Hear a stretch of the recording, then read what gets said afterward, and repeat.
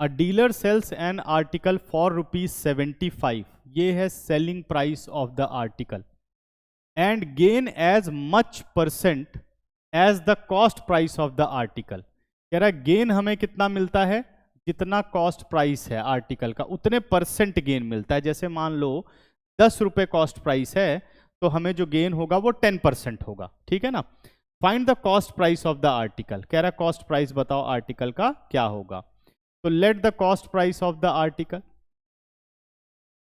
Let the cost price of the article, ये हमने x ले लिया। अब आ जाओ सेलिंग प्राइस पर। क्या सेलिंग प्राइस का फॉर्मूला सबको पता है? सेलिंग प्राइस क्या होता है? SP is equal to CP plus gain, CP plus gain, ठीक है ना। ये गेन परसेंटेज नहीं, गेन रुपीज है। अब गेन रुपीज कैसे निकलता है इस पे ध्यान दो, ठीक है ना, वो अभी समझाते हैं। तो क्वेश्चन के अकॉर्डिंग आ जाइए, अकॉर्डिंग टू क्वेश्चन। तो हमें इसका सेलिंग प्राइस गिवन है 75, तो हमने कहा cost price plus x% of x, ये निकला क्या हमारा? गेन निकला। गेन परसेंटेज कैसे निकालते हैं, या गेन रुपीस कैसे निकालते हैं? Gain percent into cost price upon 100। तो अभी मैंने लिखा x% ऑफ x, क्योंकि उसे जितना कॉस्ट प्राइस है उतने ही परसेंट का गेन हुआ। तो अगर इन दोनों को प्लस करोगे तो बन जाएगा हमारा सेलिंग प्राइस। ये आ गया हमारे पास x plus x upon 100 into x is equal to क्या आ गया हमारे पास? 75। सॉल्व किया, x plus x square upon 100 is equal to 75, ठीक है ना। अब हम ले लेते हैं 100 एज अ LCM, ये आ गया 100x plus x square upon 100 is equal to 75।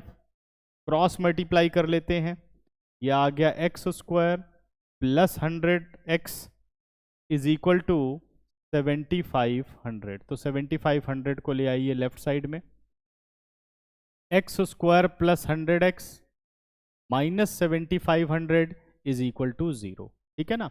अब 100 को हमें ब्रेक करना है और 7500 हमें लाना है प्रोडक्ट करके, ठीक है ना। तो 100 क्या आना चाहिए हमें? सब्ट्रैक्ट करके हमें 100 मिलना चाहिए, ठीक है ना। सब्ट्रैक्ट करके क्या मिलना चाहिए हमें? 100 मिलना चाहिए, और प्रोडक्ट करके 7500 आना चाहिए। तो बनाते हैं, करके कितनी आ जाएगी?